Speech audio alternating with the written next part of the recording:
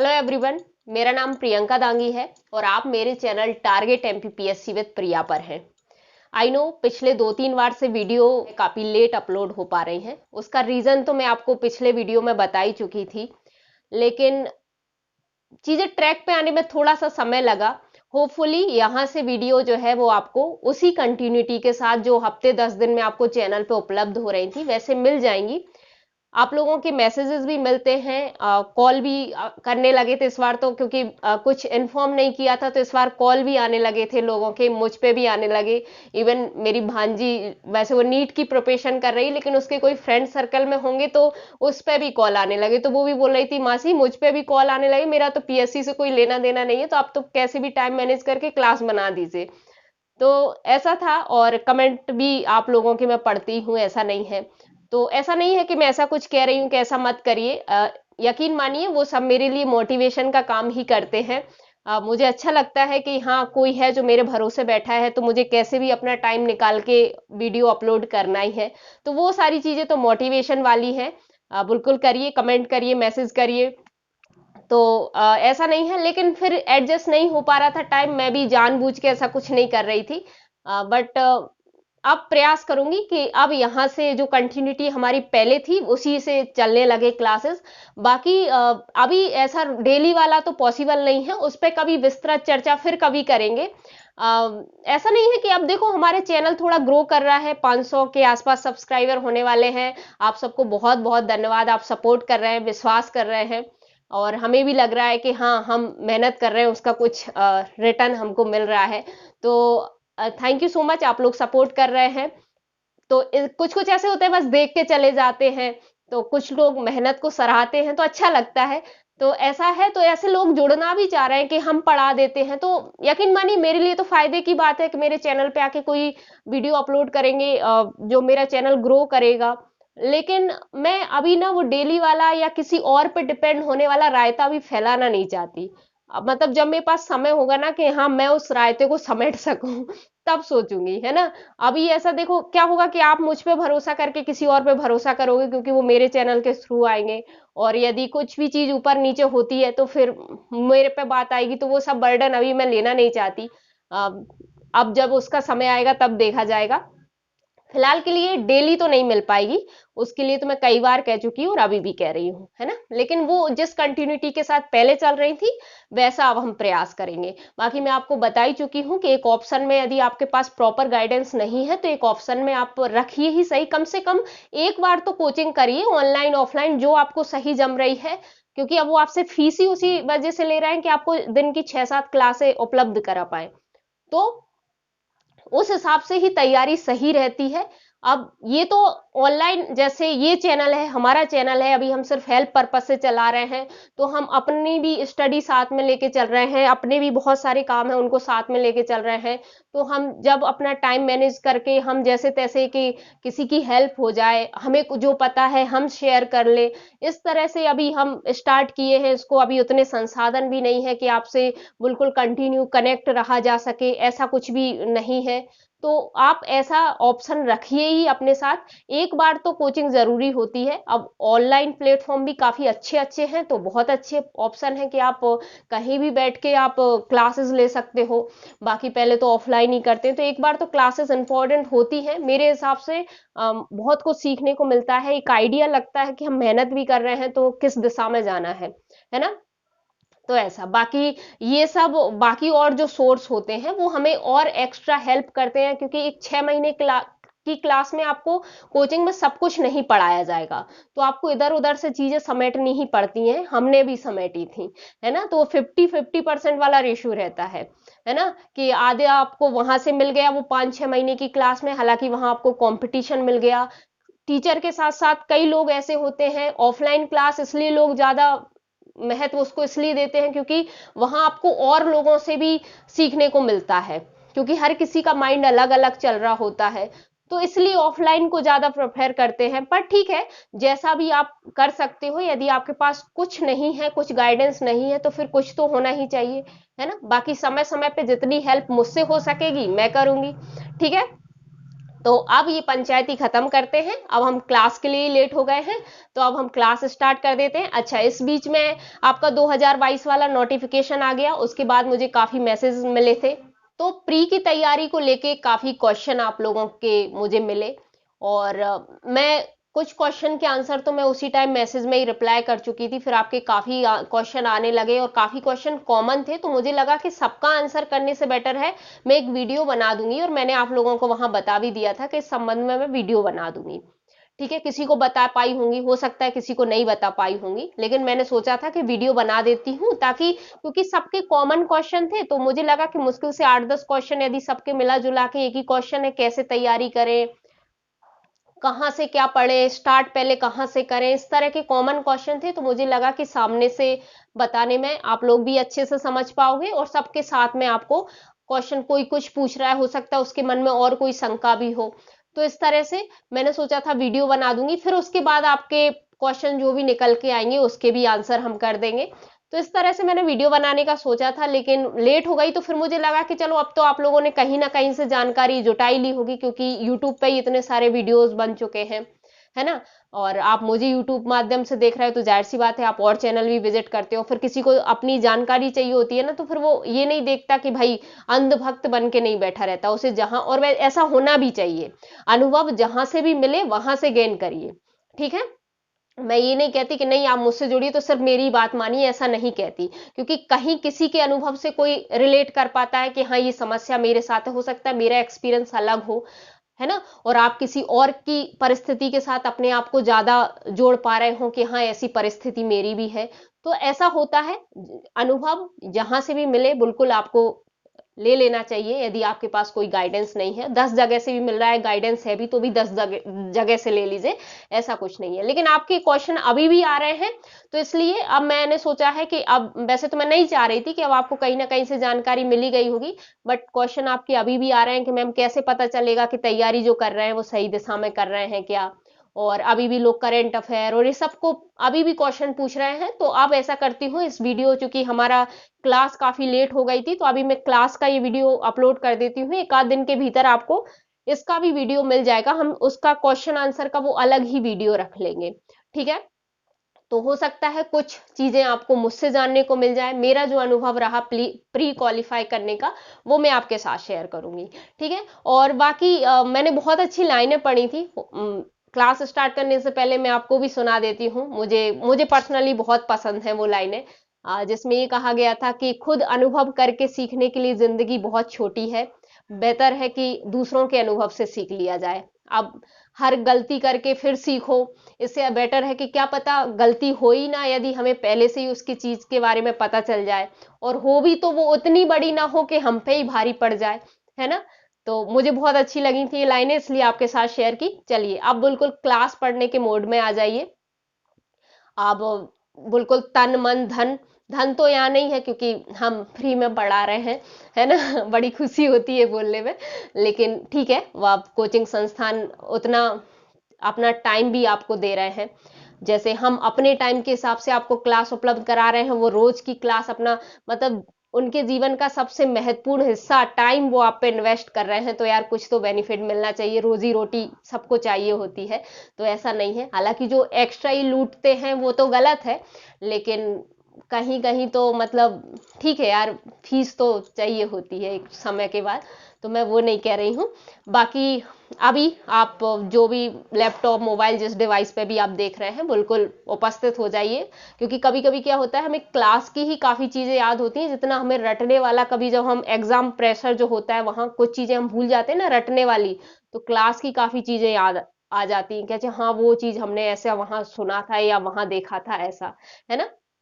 चलिए तो अब बिल्कुल क्लास पढ़ने के मोड में आ जाइए। आज का टॉपिक है हमारा समुदाय आधारित संगठन।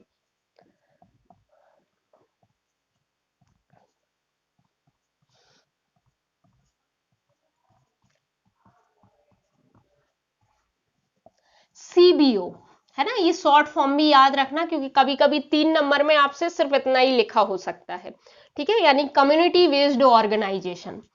अब मैं हमेशा कहती हूं कि पहले सिलेबस क्या कह रहा है उसे समझना चाहिए, यदि आपने सिलेबस पे कमांड रख ली तो आपका एग्जाम पे ऑटोमेटिक आपकी कमांड होगी, क्योंकि आपको पता होगा कि क्वेश्चन किस तरह से बन सकता है, तो आपकी प्रैक्टिस उस हिसाब से होगी, आपने मटेरियल उस हिसाब से तैयार किया होगा। ठीक है, तो सिलेबस हमसे क्या पूछ रहा है कि किसी प्रकार के संगठन की बात कर रहा है, यानी ये संगठन होंगे, और वो हमसे आगे ही कह रहा है कि कौन से वाले संगठन, तो समुदाय आधारित संगठन।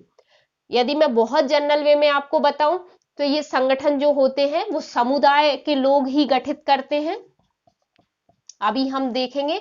और ये लोग क्या करते हैं, इसी समुदाय के, ये जो संगठन होते हैं अब समुदाय के लोग ही बना रहे हैं, तो ये जो संगठन होते हैं वो किसके लिए, समुदाय की भलाई के लिए, उसी को बेनिफिट पहुंचाने के लिए काम करते हैं। बहुत जनरल वे में ये है, लेकिन हम लिख के तो ये आ नहीं सकते, थोड़ा लगना तो चाहिए कि प्रशासनिक अधिकारी बनने वाले हैं, तो थोड़ी स्टैंडर्ड लैंग्वेज यूज करेंगे, तो कैसे क्या लिखेंगे वो अभी हम देखेंगे ही सही। ठीक है, अभी हम थोड़ा ऊपर ही समझ रहे हैं। अब हमें यदि ये समझ में आ जाए कि यहाँ किस समुदाय की, कैसे समुदाय की बात की जा रही है जो ये संगठन बना रहे हैं, तो हमें काफी हद तक ये समझ में आ जाएगा कि इनकी भूमिका क्यों है ऐसी, क्यों ये इनके लिए काम कर रहे हैं, क्यों ये लोग जो है वो इस समुदाय के लिए काम कर रहे हैं, क्यों इनको बेनिफिट पहुंचाना चाह रहे हैं, क्यों ये संगठित होकर काम कर रहे हैं। तो काफी हद तक हमें ये पता चल जाएगा जब हमें इस समुदाय के बारे में पता चल जाएगा कि ये है क्या। तो वैसे तो आप मेंस के स्टूडेंट हैं, काफी लोगों को पता भी होगा, है ना, जिसको नहीं पता उसको भी टेंशन लेने की जरूरत नहीं है, क्योंकि भाई हम यहाँ बैठे ही पता करने के लिए हैं। हर चीज सीख के थोड़ी पैदा होता है इंसान, है कि नहीं, और केवल प्राप्त तो है नहीं, बुद्ध तो है नहीं हम, है कि नहीं। तो समय से ही सारी चीजें पता चलती हैं, अभी तक जो पता नहीं चला वो यहां पता चल जाएगा। चलिए, तो समुदाय क्या होते हैं, तो वैसे समुदाय की जो बहुत सारी परिभाषाएं दी हैं अलग अलग विद्वानों ने, लेकिन हमें यहाँ बहुत डीप में जाने की जरूरत नहीं है। क्यों, क्योंकि यहाँ से, इस टॉपिक से आपसे ये नहीं पूछा जाएगा कि समुदाय क्या है ये बताइए, वो तो यहाँ तो पूरा नाम ही दे रहा है ना कि भाई हमें तो इन संगठनों के बारे में जानना है जो समुदाय आधारित है। ठीक है, तो यहाँ आपसे ये नहीं पूछा जाएगा। और जहां तक मैं सिलेबस रिकॉल कर पा रही हूँ अभी इस वक्त, आपके सिलेबस में भी कहीं भी समुदाय नहीं लिखा है। ठीक है, फिर भी कहीं कहीं से रिलेट करके ऐसा कहीं मिल जाए तो उस टाइम कर लेना, वैसे फालतू की चीजें, जबरदस्ती की मटेरियल इकट्ठा करने की जरूरत नहीं, क्योंकि आपका सिलेबस ही इतना है कि आप कई सालों तक लगे रहोगे फिर भी ऐसा लगेगा कि नहीं कुछ छूट रहा है। ठीक है, तो ऐसा है। तो यहाँ क्लास लेने का मतलब ये होता है कि हमें एक्स्ट्रा चीजें हटा दी जाएं। ठीक है, तो हम थोड़ा जनरल वे में बस देखते हैं कि ये समुदाय है क्या, ताकि हमें ये समझ में आ जाए कि इनकी भूमिका इस प्रकार की रह क्यों रही है, और ये गठित होकर, संगठित होकर क्यों काम कर रहे हैं इन लोगों के लिए, या फिर इन लोगों को ऐसी क्या जरूरत पड़ी, ये समुदाय के लोगों को जो ऐसे संगठन बना रहे हैं। इस तरह का हमें सब पता चल जाएगा जब हम ये समझ जाएंगे कि समुदाय क्या होते हैं। तो समुदाय क्या होते हैं हम बहुत ही जनरल वे में समझ रहे हैं, जैसा मैंने कहा इसे लिखने की, रटने की कोई जरूरत नहीं है, बस अच्छे से समझ लीजिए। ठीक है, तो क्या होता है समुदाय, जैसा मैंने आपसे कहा कि अलग अलग विद्वानों ने अलग अलग परिभाषाएं दी हैं, उन्होंने अलग अलग आधारों पर वर्गीकृत भी किए हैं समुदाय को, लेकिन हमको क्या देखना है, हमें सामान्य अर्थ देखना है। तो हम सब परिभाषाओं का एक निचोड़ अपनी भाषा में निकाल लेते हैं कि सामान्य अर्थ में हम समुदाय को कैसे समझ सकते हैं, यहां जिस समुदाय की बात की जा रही है उसको। ठीक है, तो मान लीजिए कोई क्षेत्र है, उसमें जितने भी लोग हैं, और उनमें से जो लोग समान हित रखते हैं या समान हितों से प्रभावित होते हैं, मान लो उनकी आजीविका का साधन एक जैसा है, मान लो वो व्यापारी हैं, मैंने ऐसा कह दिया है ना, तो अब वो व्यापारी हैं, इस रूप में उनको क्या कर दिया गया, वर्गीकृत कर दिया कि तुम व्यापारी समुदाय में आ गए। ठीक है, यानी अब जितने भी व्यापारी होंगे वो उसी समुदाय का हिस्सा बन जाएंगे। अब ये कोई मैटर नहीं करता कि वो क्या बेच रहे हैं, है ना, उनका काम व्यापार व्यवसाय है, तो वो उसी समुदाय का या उसी समूह का हिस्सा मान लिया जाएगा, क्योंकि उनका आजीविका का साधन एक जैसा है, उनके हित एक जैसे होंगे। उनके लिए किसी एक व्यापारी के लिए तो कोई पॉलिसी बनेगी नहीं, बनेगी तो सबके लिए ही बनेगी, है ना। तो ऐसा, तो अब ये मायने तो नहीं रखता कि कौन क्या बेच रहा है, बस वो व्यापार कर रहा है। तो यानी वो उस क्षेत्र के ऐसे लोग जिनके हित समान हो, जैसे मैंने हित से मतलब यहां आपको एग्जाम्पल दे दिया कि व्यापारी है, तो व्यापारी जो भी बेच रहा होगा लेकिन उसके हित तो समान होंगे ना, तो उसे आजीविका के आधार पर, उसका मुख्य विशेषता उसकी क्या हो गई, आजीविका के आधार पर उसे अलग से वर्गीकृत कर दिया व्यापारी लोगों को, कि आप लोग व्यापारी लोगों का समूह हो गया। ठीक है, तो वो व्यापारी समुदाय बन गया। ठीक है, तो मैंने क्या कहा, किसी क्षेत्र के ऐसे लोग जिनके हित जो होते हैं वो लगभग मिलते जुलते हों, या जो समान हितों से प्रभावित होते हों, या हम ऐसा भी बोल सकते हैं कि उनकी कोई मुख्य विशेषता लगभग मिलती जुलती हो। उस आधार पर उस समूह को क्या, उस लोगों का वो समूह के रूप में वो वर्गीकृत हो जाता है, उसे समुदाय कहा जाता है, यानी वो उस समुदाय का हिस्सा बन गए। ठीक है, ऐसी कोई दूसरे होंगे, मान लो किसी क्षेत्र के लोगों में और लोग होंगे, मान लो वो वहां छात्र हैं, तो उन्हें छात्र कैटेगरी में रख दिया जाए कि भाई तुम छात्र लोगों का समुदाय हो गया ये, है ना, ऐसा। आई होप आपको समझ में आया होगा। एक बार मैं थोड़ा ऐसे बोल देती हूं कि किसी क्षेत्र के ऐसे लोग जो लगभग मिलते जुलते, जिनके हित होते हैं समान हितों से प्रभावित होते हैं, उन लोगों का समूह, या ऐसे लोग किसी समूह के रूप में जो वर्गीकृत हो जाते हैं, उन्हें उस आधार पर क्या है, उस समूह का या उस समुदाय का हिस्सा कहा जाता है उन लोगों को। ठीक है, चलिए अब मैं एग्जाम्पल दे देती हूँ, एग्जाम्पल से आपको बहुत अच्छे समझ में आ जाएगा। वैसे तो मैं दे ही चुकी हूँ कि मान लो व्यापारी हैं, वो व्यापार कर रहे हैं, तो व्यापारी जितने होंगे वो व्यापारिक समुदाय या व्यवसायिक समुदाय का हिस्सा हो जाएंगे। अलग अलग आधारों पर बांटा जाता है इनको। अब छात्र का भी मैं दे चुकी हूं कि छात्र होंगे, उनका छात्र समुदाय आ जाएगा। अच्छा, क्षेत्र जो मैं स्टार्टिंग में कह रही हूं, तो क्षेत्र से यह मतलब निश्चित क्षेत्र नहीं है, है ना। हालांकि मैं यदि ये जोड़ देती हूं कि मध्य प्रदेश का छात्र समुदाय, तो मैं मध्य प्रदेश क्षेत्र की बात कर रही हूं। लेकिन यदि लिखा हुआ है कि छात्र समुदाय, तो ये क्षेत्र निश्चित नहीं हुआ है। छात्र समुदाय मतलब जितने भी छात्र होंगे सब उसमें आ जाएंगे, और ये भी मैटर नहीं करता कि वो इंजीनियरिंग के छात्र हैं, कि क्योंकि यहाँ स्पेसिफाई नहीं किया है, यहाँ कहा नहीं गया है कि मेडिकल का छात्र समुदाय, ऐसा नहीं कहा है, ना ही ये कहा गया है कि मध्य प्रदेश का छात्र समुदाय। जब तक स्पेसिफाई नहीं किया जाता, सिर्फ छात्र समुदाय लिखा है, तो उसमें छात्र जितने भी होंगे, और ये भी मैटर नहीं करता कि छात्राएं नहीं आ सकती उसमें, मतलब स्टूडेंट वर्ग के जो भी होंगे सब उस समुदाय का हिस्सा होंगे। हम बहुत ही सामान्य आपको उदाहरण यदि दें, तो हम देखते हैं, सुनते हैं, लिखा हुआ देखते हैं कि हिंदू समुदाय, मतलब इसमें सभी हिंदू आ गए। ठीक है, मुस्लिम समुदाय, ठीक है, तो ये होते हैं समुदाय। अब थोड़ी बहुत तो इमेज बनी गई होगी समुदाय के बारे में, है ना। अब यहां इसी समुदाय के बारे में बात की जा रही है। तो मैंने क्या कहा आपसे कि जिनके हित समान होते हैं। अब मान लीजिए व्यापारी हैं, अब उनके हित तो एक जैसे होंगे, कोई एक व्यापारी के लिए तो पॉलिसी बन के नहीं आएगी। ठीक है, तो समुदाय क्या कर, अब उस समुदाय का हिस्सा है, यानी एक व्यापारी के हित प्रभावित हो रहे हैं तो बाकियों के भी हो रहे होंगे। तो भाई तू हमारे लिए खड़ा हो जा, हम तुम्हारे लिए खड़े हो जाएंगे। तो ये समुदाय इस आधार पे अपने आप को जुड़ा हुआ महसूस करते हैं कि भाई हम एक समुदाय के लोग हैं, आज ये नीति हम पे आई है, कल इन पे भी आ जाएगी, ये समस्या हम पे आई है, कल इन पे भी आ जाएगी। तो इस तरह से ये समुदाय के रूप में जुड़े होते हैं ये लोग, है ना। और इन्हीं समुदाय के लोग क्या करते हैं, जो कैसे होते हैं, थोड़े एक्टिव होते हैं, जागरूक होते हैं, जिन्हें पता होता है कि हमारे साथ क्या सही हो रहा है, क्या गलत हो रहा है, उन्हें जागरूक रहते हैं, तभी वो दूसरों को जागरूक कर पाएंगे। तो ऐसे ही लोग क्या करते हैं, और थोड़े एक्टिव हैं, ऐसे नहीं उदासीन नहीं कि चलो हो रहा है वो होने दो, हमारा क्या जा रहा है, तो वैसे भी नहीं है, एक्टिव है। वो लोग क्या करते हैं, ऐसा संगठन बना लेते हैं, संगठित हो जाते हैं। अब चूंकि ये अपनी समुदाय की ही भलाई चाह रहे हैं, क्योंकि ये जुड़े ही समुदाय के भावना के आधार पे है कि हाँ हम एक ही समुदाय के हैं, तो ये अपने ही समुदाय के लोगों का भला चाह रहे होते हैं, इसलिए ऐसे संगठन बनाते हैं। और ऐसे जो संगठन बनते हैं वो कहलाते हैं समुदाय आधारित संगठन। अब हम आ जाते हैं नोट्स पे, हमें लिखना क्या है, मैंने आपको क्या प्रोवाइड कराया है। तो इस टॉपिक के नोट्स आपको टेलीग्राम चैनल पे मिलेंगे, जिसका लिंक जो है मैं डिस्क्रिप्शन बॉक्स में आपको उपलब्ध करा दूंगी। आप चाहो तो, अब मैं यहाँ लिखवा नहीं रही हूँ क्योंकि बहुत छोटा सा टॉपिक है और अब आपको बहुत इजी समझ में आ जाएगा, अब हम इतना कुछ समझ चुके हैं इसके बारे में। तो इसलिए मैं आपको क्या यहाँ पे लिख के नहीं बता रही हूँ। जो चीज यदि मुझे कुछ लगा एक्स्ट्रा ऐड करने में तो मैं वो बता दूंगी, और क्वेश्चन किस तरह से बनेंगे वो बता दूंगी।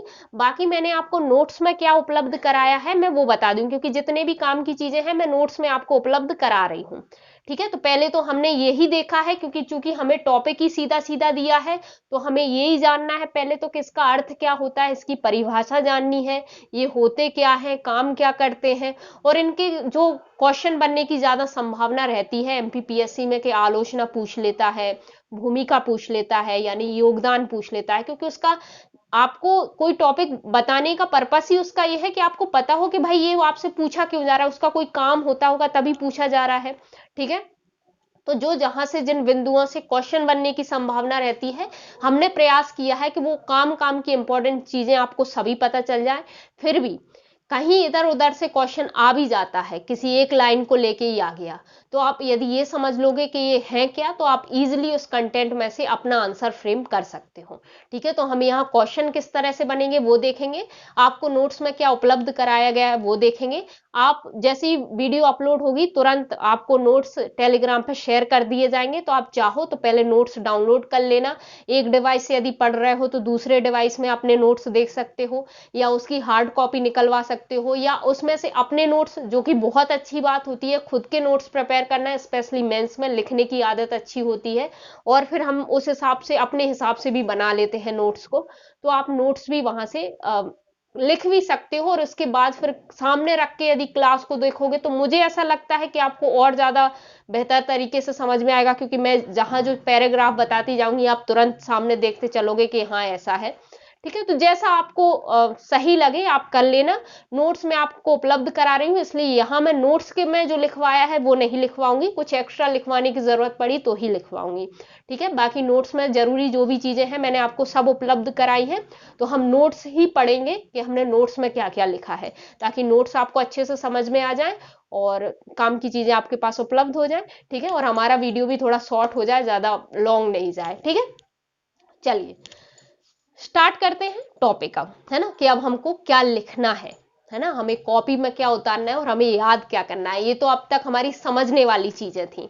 ठीक है, अच्छा मैंने ना नोट्स में आपके बीच बीच में एरो लगाए हैं, है ना, इस तरह से आपके एरो लगे हैं, तो उनका मतलब यदि मेरे नोट्स में कहीं भी आपको बीच बीच में एरो लगे हो ना, तो ये आपको मेंस की कॉपी में नहीं लगाना है।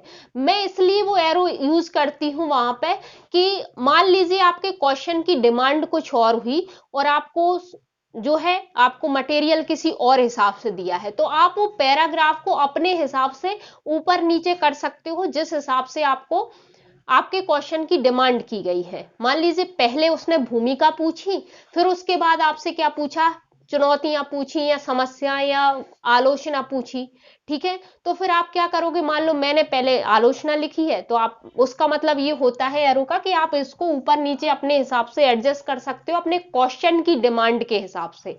ठीक है, और चाहो तो किसी चीज को वहां से स्किप करना है जो आपके क्वेश्चन में पूछा ही नहीं गया है और शब्द सीमा बढ़ा रहा है, तो वहां से हटा भी सकते हो, है ना। तो इस तरह के एरो जो कि इस टॉपिक में बहुत ज्यादा लगे हैं, तो आप समझ जाना वो एरो का मतलब ये है कि आप वो जो है मटेरियल को अपने हिसाब से ऊपर नीचे कर सकते हो, कौन सा पैराग्राफ आपको आपके क्वेश्चन की डिमांड क्या की गई है उस हिसाब से एडजस्ट कर सकते हो। ठीक है, चलिए तो अब आते हैं टॉपिक पे। मैं ऐसा करती हूँ पहले आपको पैराग्राफ स्टार्टिंग से ही पढ़ के सुना देती हूँ कि आपको नोट्स में क्या उपलब्ध कराया गया है, और वही समझाते चलूंगी फिर। ठीक है, तो पहला पैराग्राफ आपका जो है उसमें क्या लिखा है मैं आपको वो बता देती हूँ। ये पैराग्राफ यदि आप 200 शब्द में क्वेश्चन लिख रहे हो, आपसे सीधे सीधे पूछा गया है कि समुदाय आधारित संगठन क्या है, तो ये इस पैराग्राफ में एक सामान्य अर्थ में उनका इंट्रो दिया गया है, इसी का समुदाय आधारित संगठन का, कि भाई कैसे ये बने और ये होते क्या है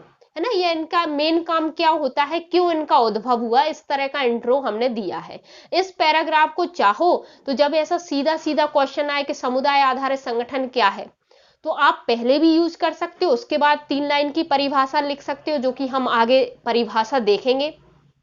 वो परिभाषा आपके 3 नंबर के क्वेश्चन में भी काम आएगी, यदि वहां सिर्फ आपसे पूछा गया है सीबीओ या समुदाय आधारित संगठन क्या है, तो आप वहां पे यूज कर सकते हो उस परिभाषा को। यहां यदि लॉन्ग आंसर आप फ्रेम कर रहे हो तो वहां भी आप चाहो तो पहले पैराग्राफ लिख देना फिर परिभाषा लिख देना, या पहले परिभाषा लिख देना फिर पैराग्राफ में आगे उसको एक्सप्लेन कर देना कि क्यों इनका उद्भव हुआ है ना, ऐसी क्या परिस्थितियां हुई कि ये बन के आ गए। ठीक है, तो इस तरह से इसका इंट्रो है, मैंने इस पैराग्राफ को पहले ही लिखा है। तो क्या है पैराग्राफ, मैं पहले पढ़ के सुनाती हूँ। नोट्स में आपको उपलब्ध कराया जाएगा ये कि सभी समुदाय की कुछ जरूरतें या समस्याएं होती हैं, इसमें से कई विषय सरकार की योजनाओं का हिस्सा नहीं बन पाते। ऐसी परिस्थितियों में समुदाय के जागरूक और सक्रिय लोग लाभ और व्यवसाय से हटकर प्रमुखतः समुदाय की भलाई को ध्यान में रखकर विशेष उद्देश्य वाले संगठन बनाते हैं, जिन्हें समुदाय आधारित संगठन कहा जाता है। ठीक है, तो पहला पैराग्राफ हमारा क्या कह रहा है कि भाई हर समुदाय की कुछ समस्याएं होती हैं, ठीक है, या जरूरतें होती हैं। अब जैसे हम छात्र समुदाय की बात कर लें, अपनी ही बात कर लें, व्यापम वाले हैं, वो इस चीज से परेशान है कि उनका हर पेपर लीक हो रहा है। तो क्या ये हर छात्र की समस्या नहीं है? जो मेहनत कर रहा है उसकी तो है भैया, है ना। तो हर छात्र की कुछ समस्याएं होती हैं, कुछ जरूरतें होती है, कोई छोटी मोटी समस्या है जो कॉलेज या स्कूल लेवल पे ही खत्म हो सकती है, तो हम अपने जो डायरेक्टर होंगे, प्रिंसिपल होंगे, उनके सामने जाके रखेंगे अपनी बात। अब पूरा समुदाय ये दिक्कत में है तो वो तो कि अपने कॉलेज इंस्टीट्यूट से थोड़ी बोलेगा, वो तो शासन से ही करेगा। यदि वो भी गलत कर रहे हैं तो भाई शासन का काम है इस सबको देखना। ठीक है, ये गाड़ियों का शोर, अभी थोड़ा वीडियो बनाने के लिए मैं ऑलरेडी लेट हो रही थी तो स्टार्ट कर दी मैंने, और मैं बीच में स्किप नहीं कर रही हूँ। यही होता है, इसलिए मैं डेली वीडियो नहीं बना पाती, क्योंकि वीडियो काफी एडिट करनी पड़ती है, गाड़ियों का शोर ये सब, तो इसे अभी आप लोग ध्यान मत दीजिएगा यदि थोड़ा बहुत शोर आ भी रहा है तो। ऐसे वीडियो बहुत एडिट करनी पड़ती है, आप यकीन नहीं कर सकते मुझे कितना काम हो जाता है। एक घंटे की वीडियो मुझे 2 दिन लग जाते हैं तैयार करने में। ठीक है, चलिए ठीक है, वो अपनी मेरी दिक्कतें हैं तो है ही सही। ठीक है, तो अपन क्या कह रहे हैं कि समुदाय की कुछ जरूरतें होती हैं, समस्याएं होती हैं, उसमें से क्या होता है कि कई जो होती हैं वो शासन या सरकार की जो है नीतियों में शामिल नहीं हो पाती। भाई वैसे तो हर समुदाय को खुश रखना, या हर समुदाय में कौन है, जनता ही है, तो शासन का काम ही है जनता को खुश रखना या जनता की समस्याओं का समाधान। लेकिन अब हर जरूरत तो पूरी नहीं हो पाती, या हर समस्या तो नहीं हो पाती, है ना। यदि ऐसा होता तो एक आध बार सरकार बन के और फिर जनता शासन के बिना ही रहती, है ना। तो ऐसा तो नहीं होता, तो समय समय पर समस्याएं भी निकल के आती हैं, जरूरतें भी निकल के आती हैं। हालांकि ऐसा भी नहीं है कि हर पेन पेंसिल मांगने चले गए तुम सरकार से, बड़ी समस्याओं की बात करी जा रही है यहाँ पे, वही इन संगठनों की जरूरत पड़ती है। ठीक है, तो हमसे यही कहा गया है कि समुदाय की जो जरूरतें या समस्याएं होती हैं वो हमेशा शासन की नीतियों का हिस्सा नहीं बन पाती। इसलिए क्या करते हैं कि जो समुदाय के लोग होते हैं, हमने क्या कहा कि ये लोग कैसे होंगे, जागरूक होंगे और सक्रिय होंगे। जागरूक इसलिए क्योंकि इन्हें पता है कि भाई क्या सही है क्या गलत है, तभी ये दूसरों को भी बता पाएंगे, और इनको भी पता है तभी ये जागरूक होंगे, तभी पता होगा। सक्रिय इसलिए कि ऐसा नहीं है कि अरे चल रहा है वैसा चलने दो, ऐसे वाले नहीं है, एक्टिव हैं, भलाई चाहते हैं, आगे आके काम करना चाहते हैं ताकि उनकी भी भलाई हो और उनके समुदाय की जिससे वो जुड़े हुए हैं उन सबकी भलाई हो। तो हमने कहा क्या कहा कि ऐसे लोग क्या करते हैं, संगठन बना लेते हैं। संगठन इसलिए क्योंकि भाई एक की आवाज से अच्छा है कि 10 लोग आवाज उठाएं, तो एक इस तरह के संगठन बना लेते हैं जिन्हें हमने नाम दिया है समुदाय आधारित संगठन, उन्हें उन्हीं के नाम से जाना जाता है। और ये क्या करते हैं, ये अपने लोगों के लिए क्या करते हैं, ये व्यवसाय लिखा है ना, व्यवसाय, व्यवसाय और लाभ से हटकर क्या करते हैं, अपने लोगों की, पूरे समुदाय की भलाई के लिए काम करते हैं। और इसी उद्देश्य के लिए संगठन बनाते हैं कि सिर्फ हमारा ही भला ना हो, मतलब अपने लाभ से हटकर कैसे, व्यवसाय मतलब यहाँ काम हो गया, ऐसा नहीं कि व्यवसाय सिर्फ जो कर रहा है उसकी बात कर रहे हैं, अपने काम और लाभ से हटके, मतलब मान लो व्यापारी है तो यदि उसको लगेगा कि भाई मेरा तो कुछ जा नहीं रहा है, सामने वाला व्यापारी परेशान हो रहा है, मैं क्या करूं, तो वो इन सब चीजों को साइड में रख के वो क्या चाहता है, नहीं पूरे समुदाय की भलाई हो। वो इस तरह के, भाई उसको लगेगा ठीक है वो परेशान हो रहा है, उसका व्यापार नहीं बढ़ रहा है, उसमें मेरे तो कंपटीशन ही कम हो रहा है ना, तो मैं क्यों उसको लाभ पहुंचाऊं। तो ऐसा नहीं होता है। यहाँ वो लोग क्या करते हैं, मतलब इस उद्देश्य से वो बनाते हैं कि वो सिर्फ अपना लाभ नहीं देखते, ना ही वो अपने काम से ऊपर उठ के वो पूरे समुदाय की भलाई सोचते हैं, क्योंकि आज आपकी बारी, कल दूसरे की बारी होगी। तो ऐसा सोच के ऐसे संगठन बनाते हैं और क्या करते हैं, फिर अपनी बातें जो है वो शासन तक भी पहुंचाते हैं, अपना प्रभाव भी बनाते हैं, अन्य समुदायों के सामने भी बनाते हैं। मुख्यतः तो यहाँ तो हमसे शासन के बारे में कहा गया है, जिसका हिस्सा आप बनने वाले हो। यहाँ इनकी भूमिका मेन यहाँ यही होती है कि शासन पे ये किस प्रकार से अपनी बातें रखते हैं या अपने समुदाय के लिए काम करते हैं, शासन के सामने अपना प्रतिनिधित्व करके, अपने समुदाय का प्रतिनिधित्व करके, ठीक है, या उस पर दबाव बना के। ठीक है, तो हमने पहला पैराग्राफ यही देखा है कि ऐसे ही जो संगठन बनते हैं उनको समुदाय आधारित संगठन कहते हैं। ठीक है, अब आगे हमने इनकी परिभाषा देखी है समुदाय आधारित संगठन की, वो देखते हैं क्या है। तो परिभाषा में हमने लिखा है कि किसी समुदाय के सदस्यों द्वारा अपने समुदाय को विशिष्ट या विविध सेवाएं प्रदान करने के उद्देश्य से गठित संगठन समुदाय आधारित संगठन कहलाते हैं।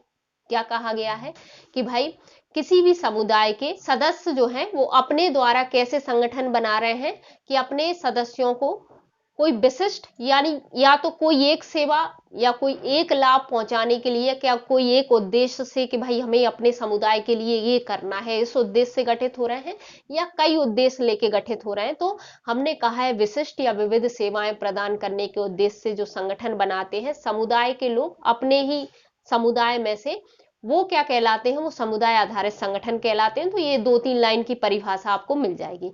अब इसके बाद आपको मिलेंगे कुछ एग्जाम्पल। तो एग्जाम्पल में हमने बहुत सारे एग्जाम्पल लिखे हैं आपके सामने। आपको शब्द सीमा में आपके क्वेश्चन की डिमांड यदि मेन एग्जाम्पल पे ही बेस्ड हो तो एग्जाम्पल का ज्यादा यूज करना, नहीं तो यदि आप परिभाषा में 3 नंबर में कर रहे हो तो कोई 1-2 एग्जाम्पल लिख के छोड़ देना। लॉन्ग आंसर में भी कोशिश करना है। हमने अलग अलग क्षेत्र में आपको समझाने के लिए अलग अलग क्षेत्र में किस तरह के समुदाय आधारित संगठन बनते हैं वो आपको उस अलग अलग रूप से वर्गीकृत करके कुछ उदाहरण दिए हैं।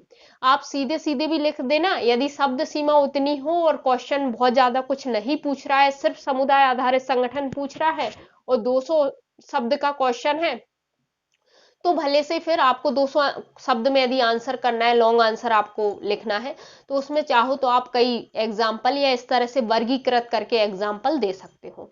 ठीक है, तो हमने एक पहला एग्जाम्पल लिया है कि जो व्यवसायिक समुदाय होता है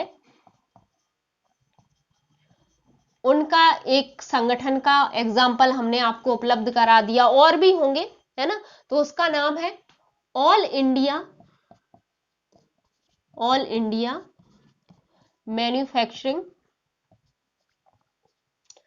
मैन्युफैक्चरिंग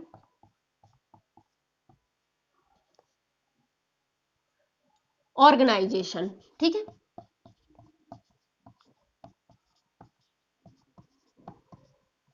ये जो मैन्युफैक्चरिंग करते हैं उनका, अब वो भी एक तरह से वो भी भाई मैन्युफैक्चरिंग करके आगे चीजें बेचते ही हैं, तो वो भी इस तरह हम व्यवसायिक समुदाय का ये एक संगठन हो गया।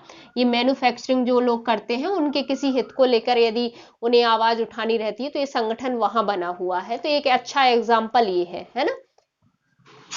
चलिए, फिर हमने देखा है धार्मिक समुदाय या धार्मिक रूप से जो समुदाय होते हैं, जैसे हमने कहा हिंदू समुदाय, मुस्लिम समुदाय, तो धार्मिक आधार पर जिनको अलग अलग समुदायों में लोगों को बांटा है, उस आधार पर जो धार्मिक समुदाय होते हैं उनके एग्जाम्पल, उनके जो संगठन बने हुए हैं, हमने कुछ उनके उदाहरण दिए हैं आपको।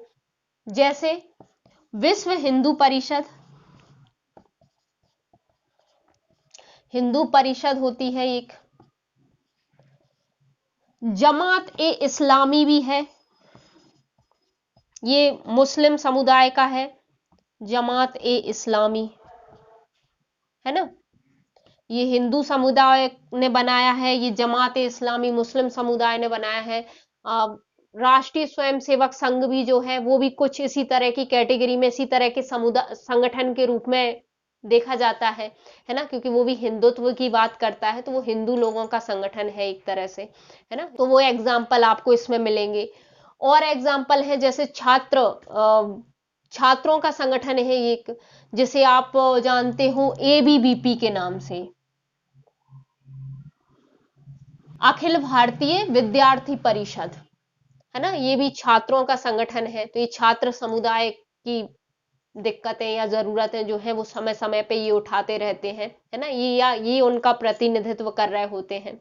इस तरह के कुछ उदाहरण आपको मिलेंगे जो अलग अलग समुदाय ने अपने अपने संगठन बनाए हैं। तो आपको इनमें से जो 2-3 उदाहरण जहां भी इस्तेमाल करने की जरूरत पड़े, हमने काफी जो आपको अच्छा लगे, हमने कुछ ज्यादा ही आपको उदाहरण दे दिए, जो आपको अच्छा लगे वो आप यूज कर लेना।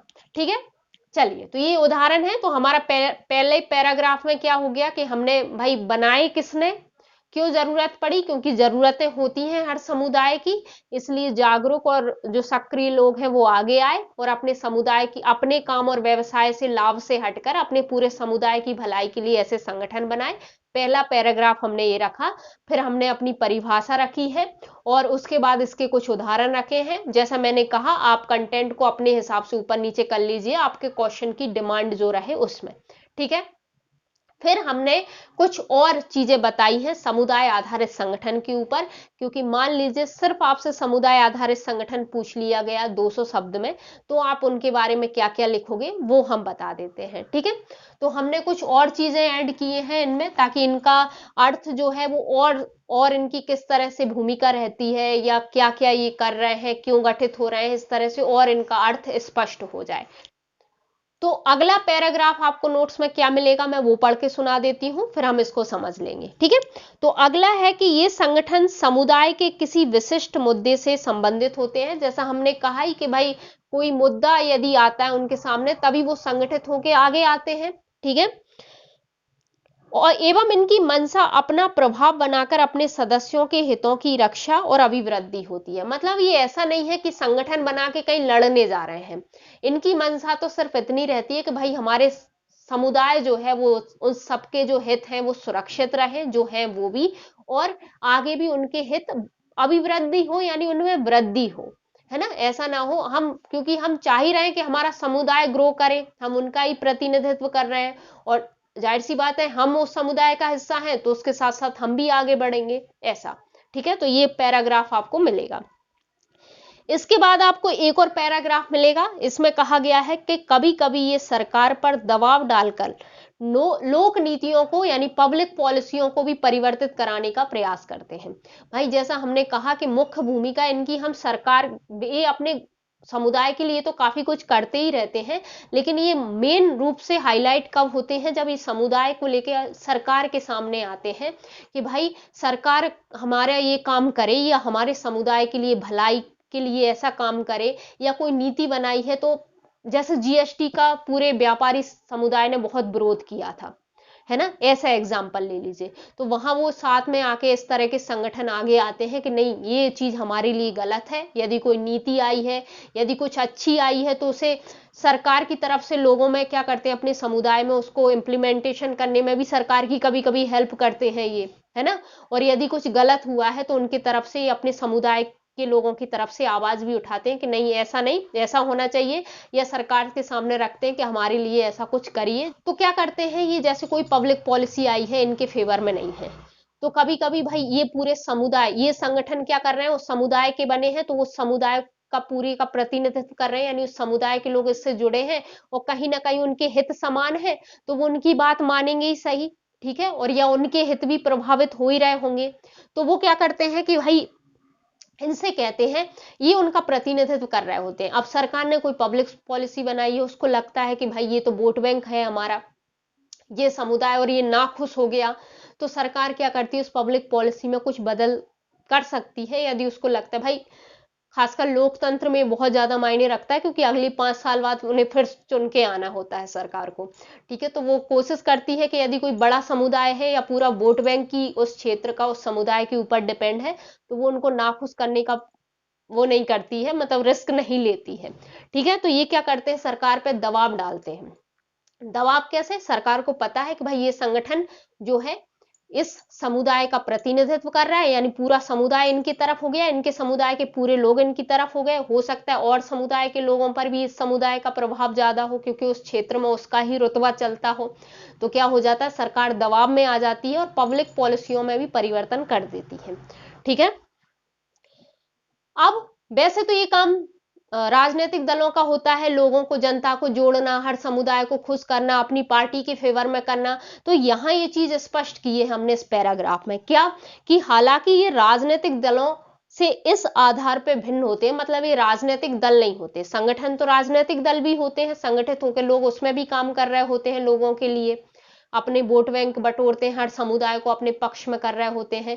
या आपने देखा होगा कि कभी कभी कोई दल क्या जाति के आधार पे ही बना है, तो ये उनको प्रभावित करने का कोशिश करेंगे। लेकिन यहाँ ये चीज स्पष्ट की है कि जो समुदाय आधारित संगठन की हम यहाँ बात कर रहे हैं, वो कोई राजनीतिक दल नहीं होते, है ना। वो भले ही समुदाय के आधार पे बने हैं, भले ही उन समुदाय को पूरे को लेके चल रहे हैं, सरकार के सामने उनका प्रतिनिधित्व कर रहे हैं, लेकिन ये कोई दल नहीं होते, राजनीतिक दल। क्यों नहीं होते? क्योंकि यहाँ स्पष्ट किया है कि ना तो वो चुनाव में भागीदारी करते हैं और ना ही राजनीतिक शक्तियों को प्राप्त करने का प्रयास करते हैं। क्लियर है? मतलब इनका ऐसा कोई उद्देश्य नहीं रहता कि हम चुनाव लड़ेंगे या हमारा कोई व्यक्ति जाके शासन में बैठ जाए। इनके लिए विशेषता ये इन्होंने स्पेसिफाई किया है कि भाई हम ऐसे संगठन नहीं है, ठीक है। तो ऐसा इनका नहीं रहता। हालांकि अभी जब हम आलोचना देखेंगे तो हम देखेंगे कि अब ये कहते तो हैं कि हम राजनीति में नहीं कर रहे हैं, लेकिन कहीं कहीं राजनीतिकरण इनका होने लगा है, ठीक है। तो ये अब इनकी आलोचना हो जाएगी, क्योंकि भाई ये कह रहे हैं कि हम राजनीति नहीं कर रहे हैं और ये इनडायरेक्टली कहीं ना कहीं राजनीति को प्रभावित भी कर रहे हैं, तो ये उनकी आलोचना हो जाएगी, ठीक है। चलिए, तो ये तो हो गया हमारा इनके एग्जाम्पल कुछ, और आगे हमने इसके बारे में और भी बता दिया कि भाई क्या होते हैं समुदाय आधारित संगठन। अब यदि हमसे सीधा सीधा क्वेश्चन, जैसा मैं कह रही हूं कि सीधा ही पूछा जा रहा है अभी हमसे, समुदाय आधारित संगठन क्या है, तो हम इनके बारे में इतनी जानकारी देके फिर हम इनकी भूमिका बता देंगे। और यदि हमारी शब्द सीमा कम पड़ रही है तो हम कह देंगे कि इनकी कुछ समस्याएं आ रही हैं, वो भी बता देंगे और हमारे सुझाव के साथ इसको कंक्लूड कर देंगे, ठीक है। चलिए, तो आगे हमने इसकी भूमिका ही देखी है, इनकी भूमिका क्या क्या है हम वो देख लेते हैं। मैंने 2-3 पॉइंट करे हैं, अब तक भी हम इसकी भूमिका बता ही रहे थे कि भाई ये सरकार के समक्ष दबाव डाल रहे हैं, अपने लोगों के हितों की अभिवृद्धि कर रहे हैं, एक तरह से भूमिका तो अभी भी बता रहे थे हम। तो अकेले भूमिका लिखने आए तो ये जो इनके अर्थ में हमने एक्सप्लेन किया है, ये चीजें भी आप उस भूमिका या योगदान वाले शब्द वहां पे, या उपयोगिता, 3 शब्द लिखे हो सकते हैं। क्या क्या? एक भूमिका, मतलब आपसे सिर्फ इनकी भूमिका पूछ लिया जाए, या योगदान पूछ लिया जाए, या फिर आपसे पूछ लिया जाए उपयोगिता कैसे है इनकी। ये शब्द पीएससी के बहुत फेवरेट होते हैं। यदि 5 नंबर के क्वेश्चन में आपसे इतना ही पूछ लिया या 200 शब्द में ये ऐसा पूछ लिया, ठीक है, तो आप इसी जो आपने अर्थ में देखा है कि ये क्या कर रहे हैं भाई, अपने अपने व्यवसाय और लाभ से हटकर पूरे समुदाय की भलाई चाह रहे हैं, ये भी इनकी भूमिका हो गई, उनके लिए काम कर रहे हैं, ठीक है, उनके हितों की अभिवृद्धि कर रहे हैं, उनके हितों की रक्षा कर रहे हैं, ठीक है, ये भी इनकी भूमिका हो गई। और क्या पॉइंट लिखे, और भी आपको, अब चूंकि आपने समझ लिया कि ये होते क्या है, तो जैसे ये काम करते ही हैं, आए दिन कहीं ना कहीं इनके बारे में जानकारी हमें लिखी मिली जाती है, तो जहां भी न्यूज़पेपर में कहीं भी इनके बारे में मिलता है, तुरंत अपने नोट्स में, मैंने इन नोट्स में भी जगह छोड़ी है, यदि आप इनके भी प्रिंट निकलवाते हो तो, और यदि आप अपने नोट्स भी बना रहे हैं तो उनमें भी इतनी जगह रखा करिए कि आप एक्स्ट्रा चीजें ऐड कर सको, जब जहां से कोई करंट में चीजें आपको मिले, ठीक है, तो आप ऐड कर लीजिएगा। 2-3 पॉइंट मैंने लिखवा दिए हैं काफी, और यदि आपको और शब्द सीमा बढ़ाने के लिए चाहिए तो आप और ऐड कर लीजिएगा, ठीक है। और बाकी स्टार्टिंग में जो हमने अर्थ में यूज किया है वो भी, यदि आप एक्सप्लेन नहीं कर रहे हो उसको, तो वो चीजें भी आपको यहाँ लिखनी है कि क्या करते हैं, है ना, क्योंकि वो भी इनकी भूमिका ही है ना, ठीक है।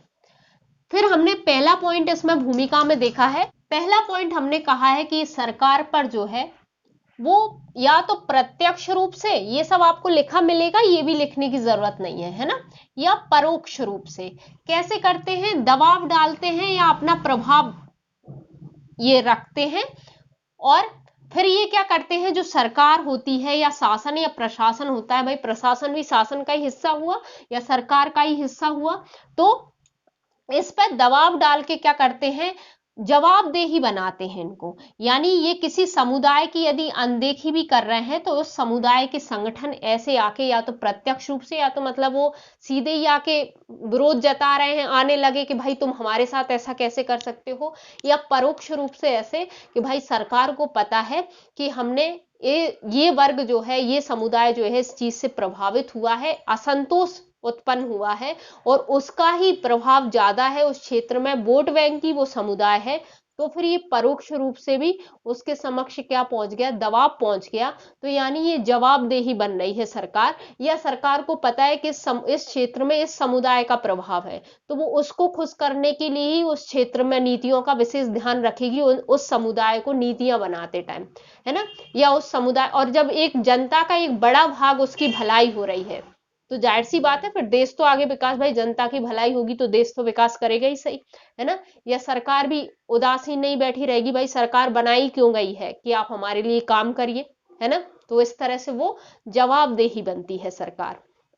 इन संगठनों की ये भूमिका हो जाती है, या एक तरह से उनका योगदान हो जाता है कि वो दबाव डाल रहे हैं, चाहे वो प्रत्यक्ष रूप से डाल रहे हैं चाहे परोक्ष रूप से डाल रहे हैं, कि भाई हाँ हमारे समुदाय के लिए जो जागरूक नहीं है उनकी तरफ से हम खड़े हैं, ये संगठन ये प्रेजेंट कर रहे हैं।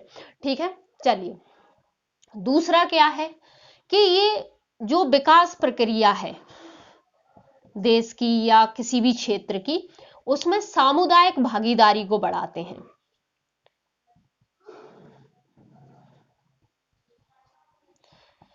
सामुदायिक भागीदारी मतलब एक तरह से जनता भागीदार बन रही है शासन संचालन में, तो जाहिर सी बात है नीतियां भी अच्छे से लागू होंगी, क्योंकि जनता ही भागीदारी बन रही, हर समुदाय तक पहुंच होगी, समुदाय का विकास होगा, समुदाय का विकास होगा, लोगों का विकास होगा, मतलब देश का विकास होगा, विकास प्रक्रिया आगे बढ़ेगी। ठीक है, तो ये योगदान हो गया।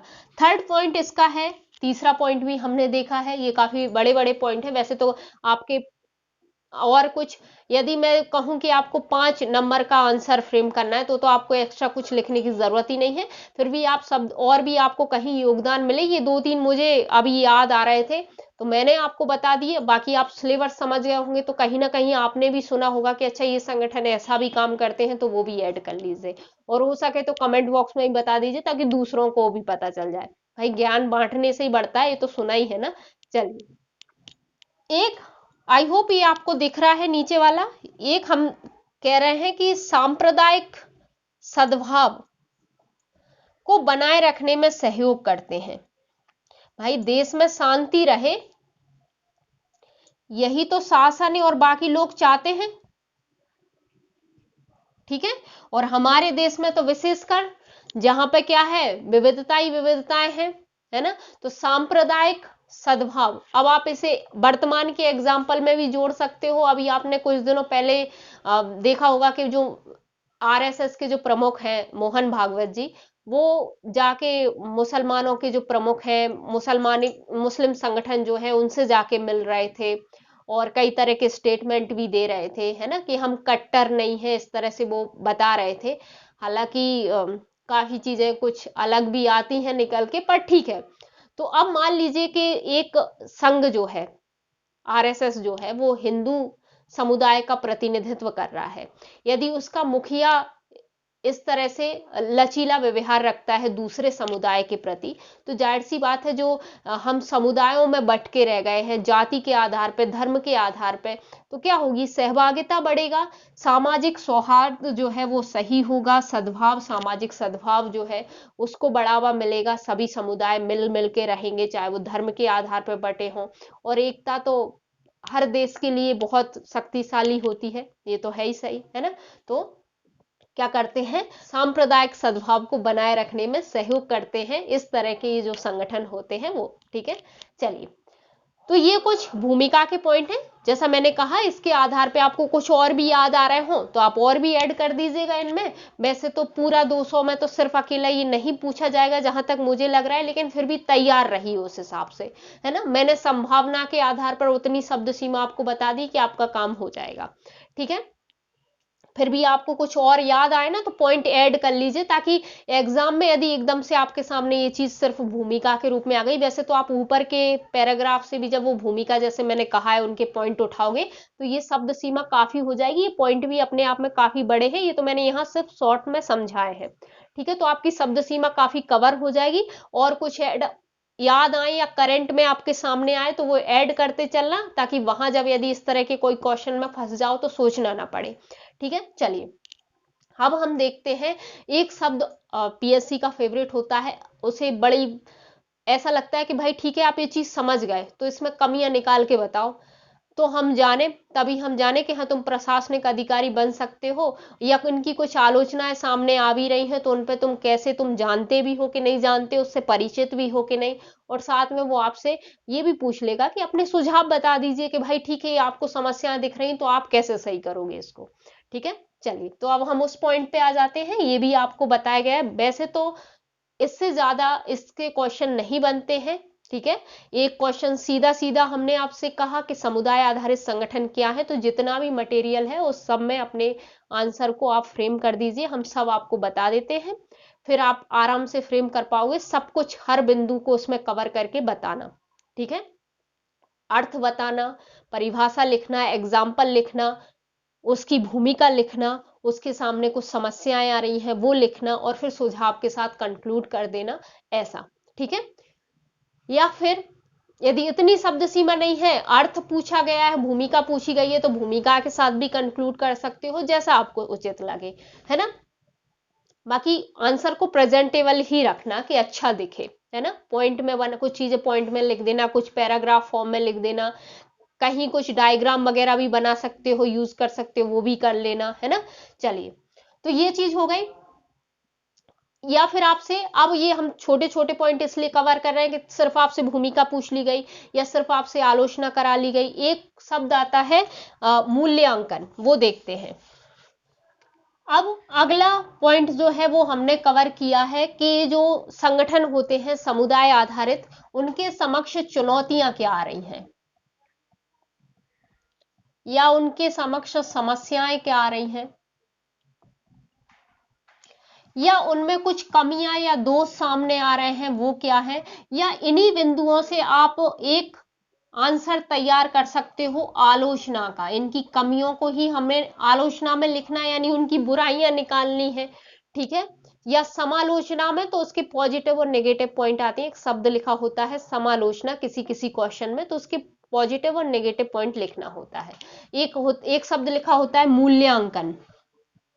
मूल्यांकन, तो मूल्यांकन में भी हमें उसकी पॉजिटिव पॉइंट प्लस नेगेटिव के हाँ ऐसा ऐसा है, ऐसा योगदान रह रहा है, ये भूमिका निभा रहे हैं, उनकी विशेषताएं सहित उनका मूल्यांकन करना है। और उसके बाद उनकी हाँ लेकिन इनके समक्ष ये भी दिक्कतें आ रही हैं, और आप अपने सुझाव के साथ कि लेकिन हम इनको इस तरह से क्या कर सकते हैं, इन समस्याओं से इस तरह से इनको दूर किया जा सकता है, इस तरह से मूल्यांकन हम उनका कर सकते हैं। तो एक शब्द आपको मूल्यांकन भी लिखा मिलेगा। तो आपको मटेरियल यही है, बस आपको अब अपने क्वेश्चन के डिमांड के हिसाब से अपने इस कंटेंट में से अपना आंसर बनाना है। तो इसका मतलब ये नहीं होता कि आपको हर शब्द रटने बैठना है, अलग अलग आंसर फ्रेम करके आपको कोई प्रोवाइड कराएगा, है ना। ये सब मटेरियल यही है, अब आपको छांटना आना चाहिए कि अब आंसर क्वेश्चन तो एग्जैक्ट तो हम बता नहीं सकते कि ये क्वेश्चन आएगा, तो अब आपको मटेरियल में से वहां अपने कि हाँ ये चीज हमने पढ़ी थी, अब वहां से हम अपने आंसर को, अपनी डिमांड, आंसर क्वेश्चन की डिमांड को कैसे पूरा करेंगे ये आना ही चाहिए। ठीक है, ये हमारा ही काम होता है, कोई आपको बताता नहीं है। ठीक है, और ये बहुत क्वेश्चन में हाँ वो किस्मत वाली बात हो जाती है कि डायरेक्ट लिखे के लिखे आ जाते हैं, है ना। चलिए, तो आलोचना देख लेते हैं कि इनकी आलोचनाएं क्या हैं। ये भी नोट्स में आपको मिलेंगी, हम थोड़ा सा समझ लेते हैं बस यहाँ पे कि इन समुदाय में लोग बटे होने के कारण क्या करते हैं, या इन समुदाय में जो संगठन बन जाते हैं वो सिर्फ अपने संगठन को ही या अपने समुदाय को ही महत्व देते हैं। तो जैसे जाति के आधार पर बने हुए हैं समुदाय और उनके कोई संगठन बने हैं तो वो सिर्फ अपनी जाति को लेके जाएगा। तो इस तरह से जातिवाद या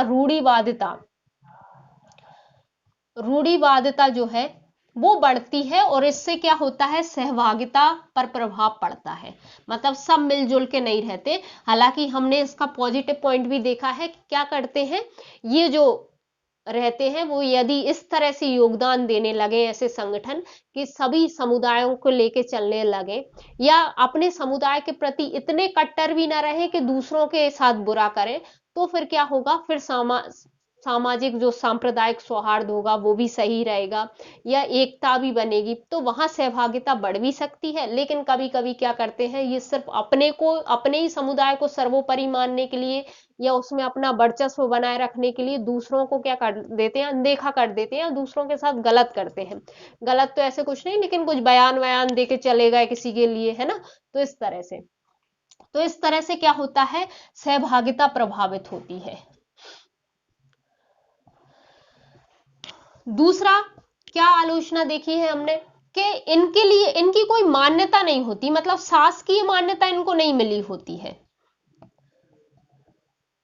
जैसे हमने एनजीओ पढ़ा था, इससे पहले हमने देखा था कि उन्हें कंपनीज रजिस्ट्रेशन एक्ट के तहत क्या वैधानिक दर्जा मिला था। इन संगठनों को ऐसा कोई दर्जा नहीं रहता, वे अपने समूह के लिए बनते हैं, उसी के लिए काम करते हैं। भाई एनजीओ को इसलिए भी क्योंकि वो सभी की भलाई के लिए काम कर रहे हैं, उनका उद्देश्य ही वैसा है।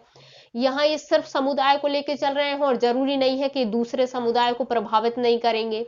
हो सकता है कभी कभी अपनी भलाई के चक्कर में दूसरे समुदायों को निग्लेक्ट करें, है ना। तो ऐसा,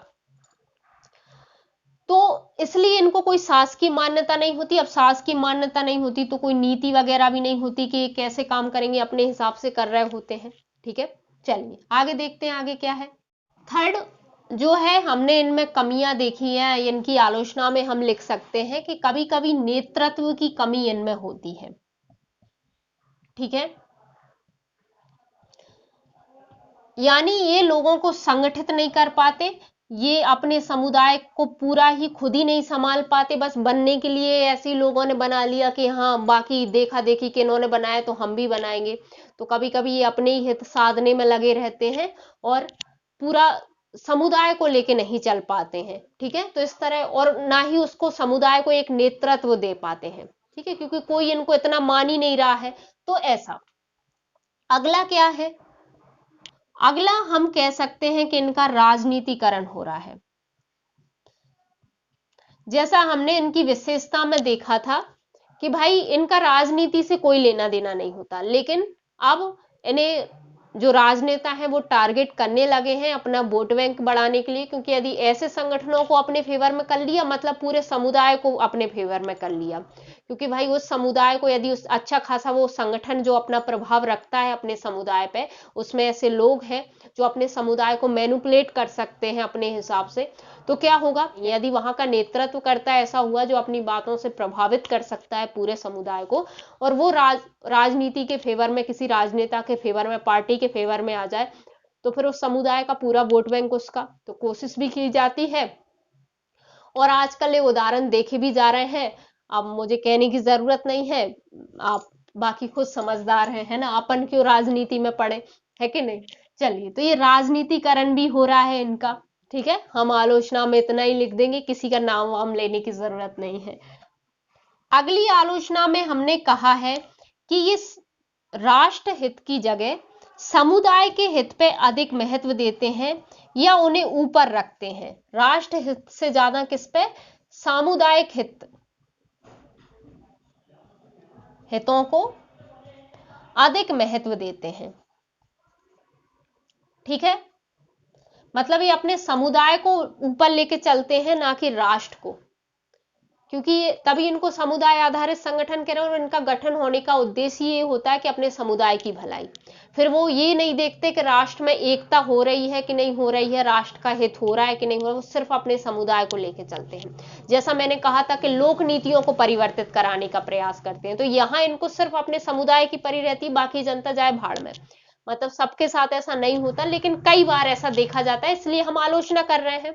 ठीक है, तो ये राष्ट्र हित से ज्यादा क्या देखते हैं, समुदाय के हित को देखते हैं। हालांकि जहां हमने देखा है इनके पॉजिटिव पॉइंट में भी कि जो सांप्रदायिक सौहार्द है या सांप्रदायिक सद्भाव है उसको भी बनाए रखने का प्रयास करते हैं, तो वहां ये राष्ट्र हित के बारे में सोच भी रहे हैं। है ना। लेकिन हमेशा ऐसा नहीं होता, इनका उद्देश्य समुदाय की भलाई है, तो ये बाकी समुदायों को इस आधार पे उतना महत्व नहीं दे पाते कि पूरा राष्ट्र ग्रो करे। पहले इनका उद्देश्य होता है पहले हम, फिर बाद में आप आ रहे हो तो ठीक है ना।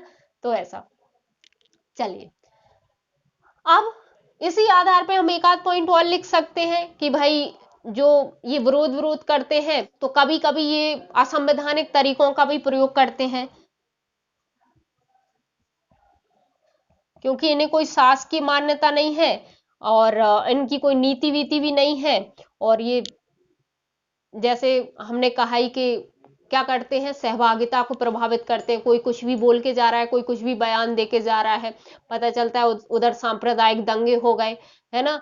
तो कभी कभी असंवैधानिक तरीकों का भी प्रयोग करते हैं, विरोध विरोध प्रदर्शन करते हैं। तो इस तरह से कोई यदि किसी चीज के फेवर में नहीं है तो इस समुदाय आधारित जो संगठन होते हैं अपने समुदाय की तरफ से कभी उग्र आंदोलन करने लगे इस तरह से, तो कभी कभी क्या करते हैं ये असंवैधानिक तरीकों का प्रयोग भी करते हैं। तो ये इनकी कुछ आलोचनाएं हो गई।